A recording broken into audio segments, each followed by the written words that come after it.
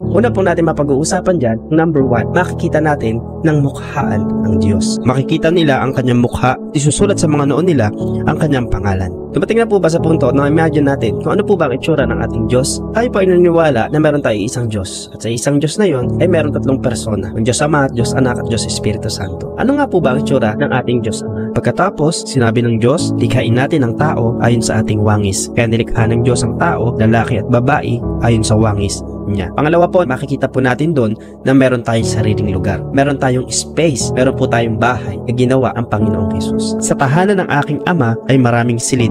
Pupunta ako roon para ipaghanda kayo ng lugar. Hindi ito sasabihin kung hindi ito totoo. Binigyan tayo o pinagpiprepare tayo ng Panginoon ng tahanan. Sabi po na English version po, in my Father's house are many mansions. Napakaganda po, bulay-bulayan nun. Kahit wala po tayong sariling property, dating po sa langit, meron po tayong sariling lugar. At merong space na inilaan ng Panginoon para sa atin. Pangatlo mga kapatid na pwede natin malaman, makikita na po natin doon yung mga bagay na hindi maipaliwanag na nakalagay po sa scriptures. Tulad na lang mga kapatid ng mga anghel. Tulad na lang nakalagay sa Ezekiel chapter 10 verse 14, ang bawat kerubin ay may 4 na mukha.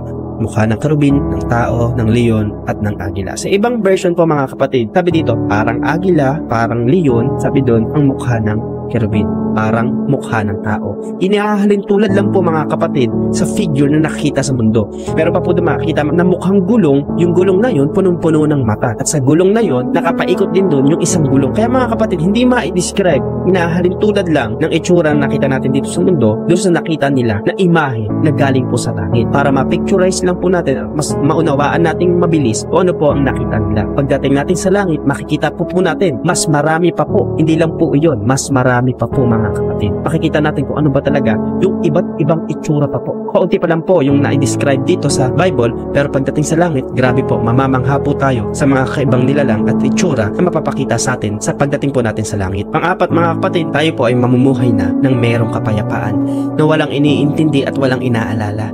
Ang lahat po ay napakaganda at napakabuti na po. Wala na nga pong kasamaan at wala nang masasama. Tayo po ay payapa. Wala na po mga kapatid na mababanghis na hayop. Tayo po ay makakapanahanan ng merong kapayapaan. Sa mga araw na iyon, magkasamang kakain ng asong lobo at mga tupa. Pati mga leon at mga baka ay kakain ng damo.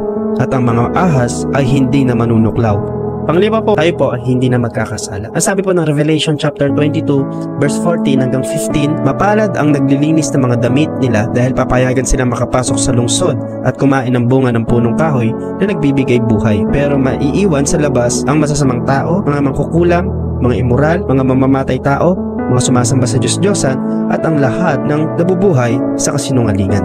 Kasi po bago po pumasok sa langit, ito'y sala na. Kaya kung kayo'y namumuhay pa sa mga nabanggit kanina sa Revelation chapter 22 verse 14 hanggang 15, kapatid, pwede po tayong magsisi. Huwag na po natin gawin yun sapagkat hindi tayo makakapasok sa lugar na perfecto na inihanda sa atin ng Panginoon, sa lugar na langit na bayan. Pagdating po sa langit, wala po kahit isa o kahit nakatakas po o makakagawa ng kasalanan sapagkat makipot po ang daan patungo po sa buhay na walang hanggan. Ibig sabihin po ng mga kapatid, sinasala at sinala na ng Panginoon. Ang langit ay hindi basta-basta. Ang anim, we will judge the wicked.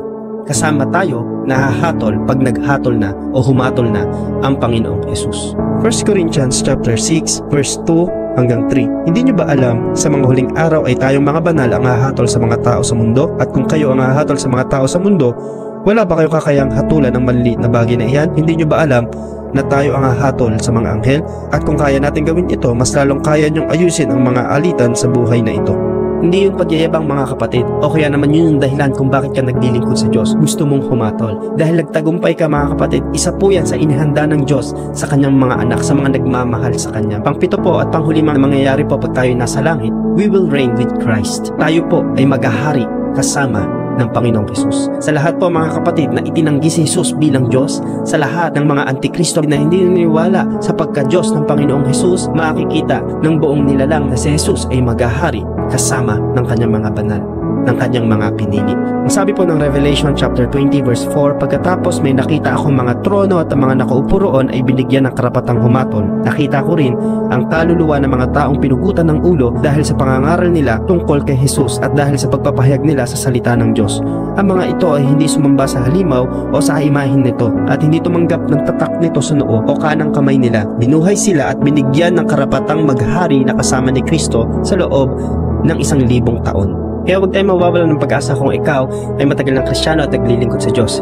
Ikaw man ay manggagawa, ikaw man ay pastor, matagal na naglilingkod. Napakaganda ng hinanda ng Panginoon para sa atin, para sa kanyang mga banal, para sa lahat na magtatagumpay. Si Jesus pa rin ang naghahari sa mundong ito. Hindi aksidente na napakinggan mo ang ganito klase ng pangangaral. Kung first time mo palang narinig ito, pinapaabot ng Panginoon at siya lang ang daan ng katotohanan at ang buhay. Nais ng Diyos na tagapin mo siya, isang maiksing panalangin na kagaya nito. Pwede mo ipikit ang iyong mata at sabayan mo ako sa ganitong panalangin. Sabihin mo, Panginoon, salamat po sa inyong pag-ibig, kayo ang daan, katotohanan at buhay. Tinatanggap ko po kayo bilang Diyos, tagapagligtas ng aking buhay. Patawad po kung nakagawa ako ng kasalanan. Simula na ako'y nagkaisip hanggang sa oras. Tulungan niyo po ako na mamuhay ayon sa kalooban ninyo, Panginoon. At anuman, Panginoon, struggle, anumang pinagdadaanan ko, iniwala po ako na kayo, Panginoon, ang tutulong sa lahat ng ito. Wala pong imposible sa inyo. Salamat po.